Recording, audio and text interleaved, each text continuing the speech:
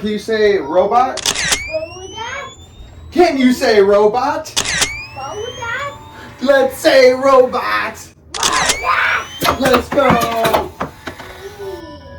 This is a built from scratch industrial grade color sorter. All of these components are industrial grade, and this is a small scale model of the same type of equipment that you find in factories all across the United States.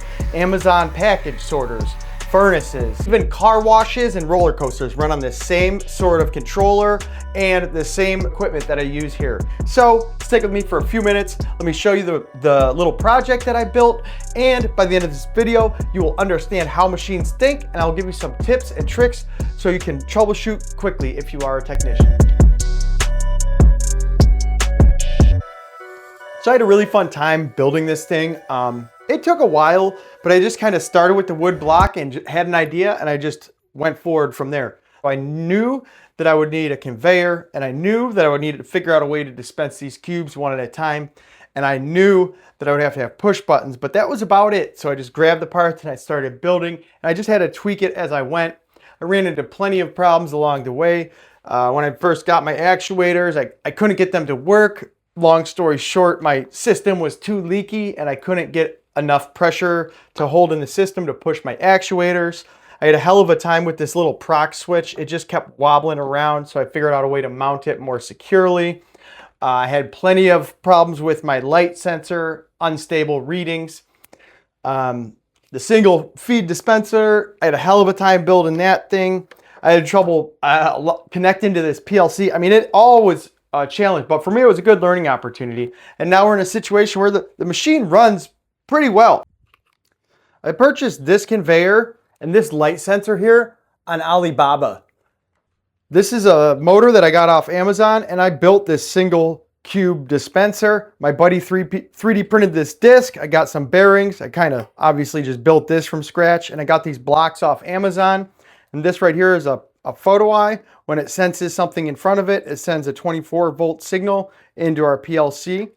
So all these products here, every single thing on this line, obviously other than, you know, the wonky stuff that I made at home, everything else on this block is things that you'd find in real industrial machines. And I built this whole thing for about $400, and it only took me about 3 to 4 hours of labor to put it together.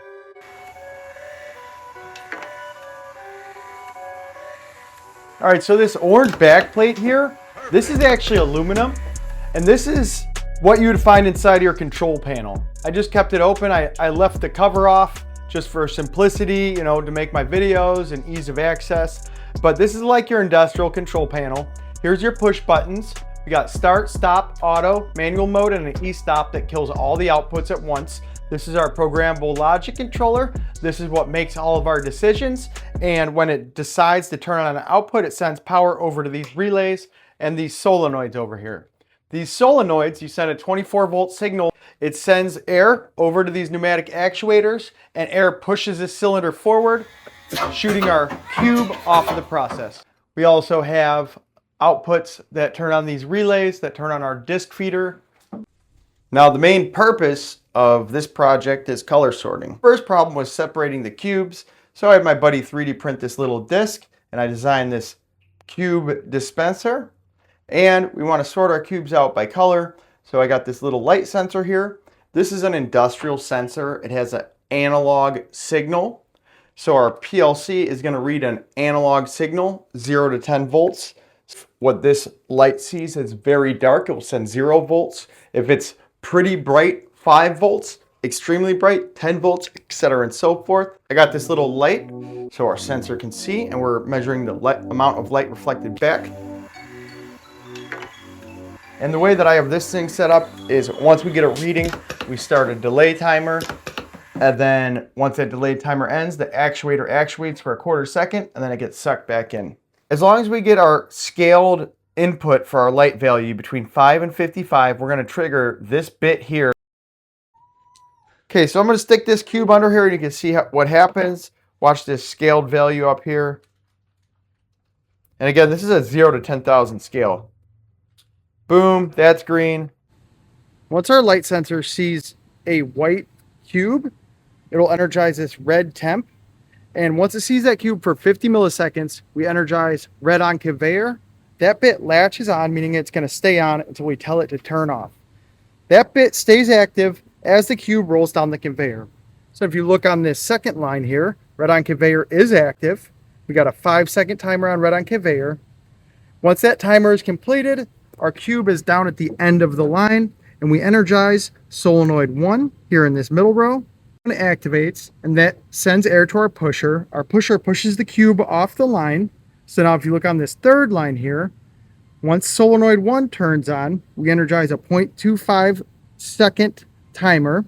Once that timer's done, red on conveyor unlatches, meaning we turn off red on conveyor, which means our white cube is off the line. And if you look back up at the second line, when we lose red on conveyor bit, we lose that timer, we lose the output to our solenoid sucks back in. There's no longer any cubes on the process, and our process resets, waiting for the next cube to come through. Then at the end of my conveyor, I got this little photo eye, and basically what we're going to do is anything that doesn't get sensed by the light sensor is going to be noticed by the photo eye. Actuator actuates for a 1/4 second, and then it gets sucked back in. Down here is my logic for the photo eye to sense when we have a black thing on the conveyor. So I cover that photo eye, black on conveyor latches on, black on conveyor latches on for 1.2 seconds, energizes the solenoid. Just like with the other logic, once we push out that pusher, we unlatch the black on conveyor bit, and once we lose that bit, the solenoid will come back in and our process resets again. You hit the start button and it starts. You hit the stop button and it stops. I even had my son came over and started playing with it while I had air pressure on these actuators. So he was pushing buttons and playing on the conveyor, and he could have hurt himself. So I hit that E-stop, which kills the power to all my outputs. Now I'll show you guys the color sorter in action, and we'll talk about how all industrial machines think.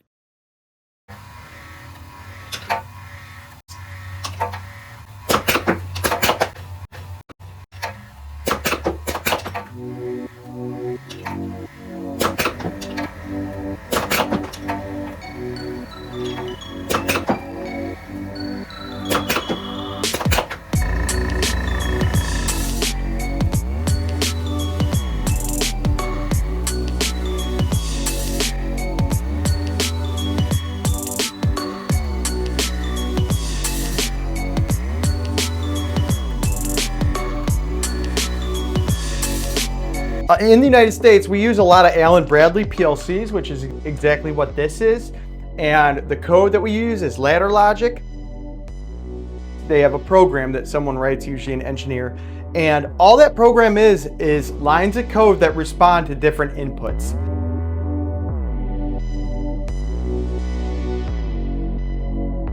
Inputs and outputs are really all industrial machines have to see. They're not like us. They don't have 6 senses. They just have a few. And our inputs are literally just voltage signals that are terminated on different, terminals going into the PLC. We get those different inputs, and based off what inputs we see, our logic makes decision, and then it sends outputs. Discrete outputs, again, on or off. You send voltage out of one of these terminals. It's pretty typical to turn on a relay or a motor starter using discrete outputs, and then those devices are used to carry the power to the motor. Analog outputs are used to control things like speed on a motor or, position of a valve. You're telling something an amount. Hey, I want you to go 70% fast. Hey, valve, go 25% open. Those are analog outputs.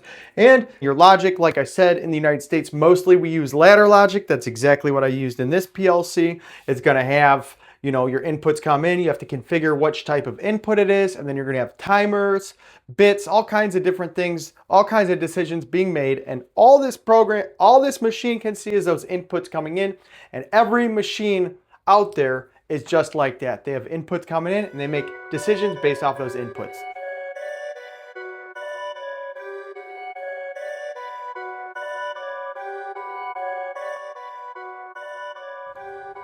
I would see at least 50% of large, heavy industrial machines in the United States use Rockwell Automation PLCs.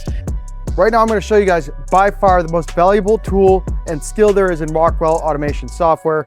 It's called cross-referencing, and it's the best way to navigate your logic quickly and effectively. So for example, say you're trying to turn on solenoid 1. So you look it up in your search function, and you find that you need red on conveyor to be active to turn on solenoid 1, and you find that it's not active. So what you do is you run a cross-reference on the red on conveyor. It's going to pull up this page. This is your cross-reference browser for red on conveyor. And this is going to show you all the places that red on conveyor shows up. And you know that you're looking for a right function. We see that's where red on conveyor gets latched on. And then you can look, are you missing, do you have red temp? Do you have auto mode? Do you have manual mode? Maybe you're missing this guy and you have to keep working backwards. So then you would just cross-reference this one. Now you're at the cross-reference page for that red temp bit. Look where it's written in. And now you see, okay, so now we're working backwards through our logic quickly, and we see our scaled values come in here. And you could keep cross-referencing. You could cross-reference, figure out where this analog input scaled value comes from. And this is very useful. Use your search function to find what you're looking for, and then use this cross-reference function to navigate your logic quickly. So in reality, this project was moderately simple. I just ran into quite a few hangups with my light sensor. I really don't have enough light for this situation. When this white cube comes under this light sensor, our scaled input only pops up to about 20 units, and that's out of 10,000. That's really poor resolution. So if I decide to move forward and make this thing better, what I'm going to do is I'm going to mount this sucker on here. And what that's going to do is our range, we're going to open up the ability of our light sensor. So instead of seeing, 20 out of 10,000 units when we got a white cube, we can kind of get a better resolution. So if I put a white cube under here, see what that is. Yep, 500 units on our white cube. This thing's yellow. Let's see what we get on our yellow if we do that. Okay, this guy's yellow. He's 250 units. This thing's light blue. Light blue is 140 units. So I could move forward and add this fixture on our light sensor. Let me know if you guys want me to do that, or we could just go ahead and make a different automated line. I'd appreciate the input. But yes, that's the big problem we had. I'm sure that I'm going to be expanding this, putting a bigger base on it, probably metal at some point. I'm thinking I might make a bottle filler or a candle maker. I'm not really sure yet, but the goal with this project is just to make a fully automated line, and I could show you guys stuff and I could teach you stuff, and we're all going to have fun. So I hope you guys liked the video. I'm a controls tech, aka industrial electrician. I fix stuff like this on a daily basis. I love my job. I love making these YouTube videos for you guys. And yeah, man, I think that's about it for this project. It was a blast to make. Yeah, that's all I got. Thanks.